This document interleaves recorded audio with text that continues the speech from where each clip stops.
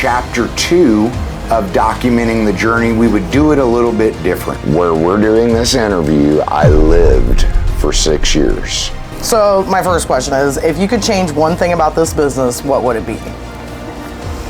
Ooh, that's not fair. And probably the biggest question I get asked is, people wonder, how does it sound? The frozen zebra was created off of a mistake, and I fired the girl.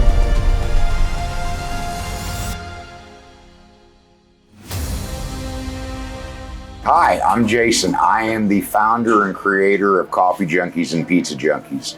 A couple years ago, we started a little bit of a documentary called Documenting the Journey, and that was chapter 1, and we put out many episodes. But a couple years have passed, a lot of things have changed, so we decided chapter 2 of Documenting the Journey, we would do it a little bit different. When I say a little bit different, it was, I've honestly gotten to a point where I employ so many people that I realize not everybody knows me, and like, I want to have a relationship with the people that I employ. So I opened it up. I put it out to all of them that I was willing to let any of them interview me, and they could ask me up to 10 questions. And my whole thing was just be careful what you ask, because I'm real. I will answer the question. And the only thing that I asked was that they answer 2 specific questions. One was, why do you work for me? And 2, why should other people try Coffee Junkies and Pizza Junkies? But in the air of documenting the journey itself, it was, who am I? And candidly, it's taken me a lot of years to actually get to where I could tell you who I was or how I was. So, I mean, in short, it's like, who am I? Well, I mean, honestly, I can literally say at this point that I am a Sigma male.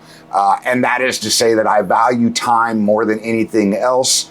And I don't have a lot of room for ego because, well, candidly, through business, my ego has been beaten down so many times that I just don't have a lot of room for it, and I don't have a lot of appreciation for it. I don't compete with anybody else. I just compete with my yesterday self to try and get better, because that personal development of learning and growth is what is most important to me. Quality of life is more important than life itself. But if I had to describe myself, I would describe myself as a blue-collar entrepreneur. And as a personal passion, I am definitely a car guy, and very specifically, I am a Chrysler loyalist. But why am I a Chrysler loyalist? Well, Chrysler put food on my table for 14 years, and it put food on my grandfather's table for 49 years. So hearing that might lead you to the question of, what is my daily driver? Well, why don't I show you?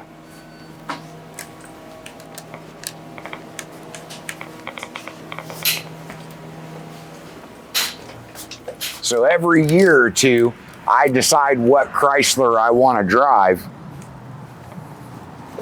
This is my new vehicle of choice. It is a 392 Durango SRT.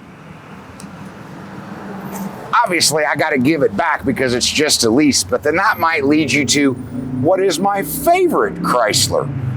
I'll show you.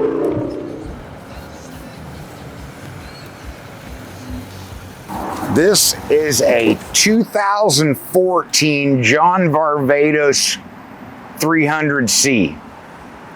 I just don't know that they made a better year and a better model. And when I say that, I've now bought this car 3 times. I leased it the first time and wasn't able to buy it and had to turn it in. Went out and bought it again, and as a small business, I ran into a cash crunch and had to actually sell it. And when I rebounded, I went and bought it a 3rd time. So now I want to ask you a question. Do you know that this was not the original 300? The one good thing that the Germans actually did when they bought Chrysler was that they resurrected the Chrysler 300 name, and the one good thing that we got out of the Germans was the Chrysler 300.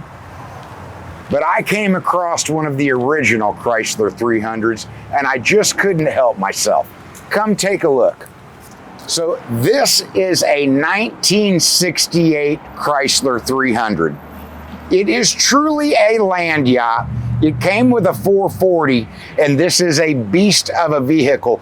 But this is truly where the Chrysler 300 came from.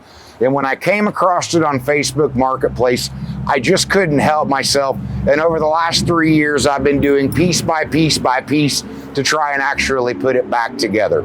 It is truly one of the original muscle cars. And probably the biggest question I get asked is, people wonder, how does it sound? Oh. Oh.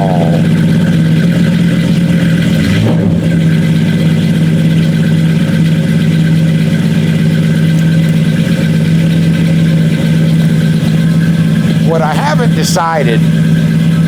What? Yeah. What I haven't decided is whether to leave it patina or not. It's there is a part of me that absolutely loves it just the way it is, and there is a part of me that actually wants to completely restore it and finish it. But only time will tell. So I'm going to wrap up because, again, documenting the journey is about trying to get everybody else's perspective. But I wanted to start it this way. Future episodes definitely involves employees and any question they want to ask. Until next time, you guys have a good day.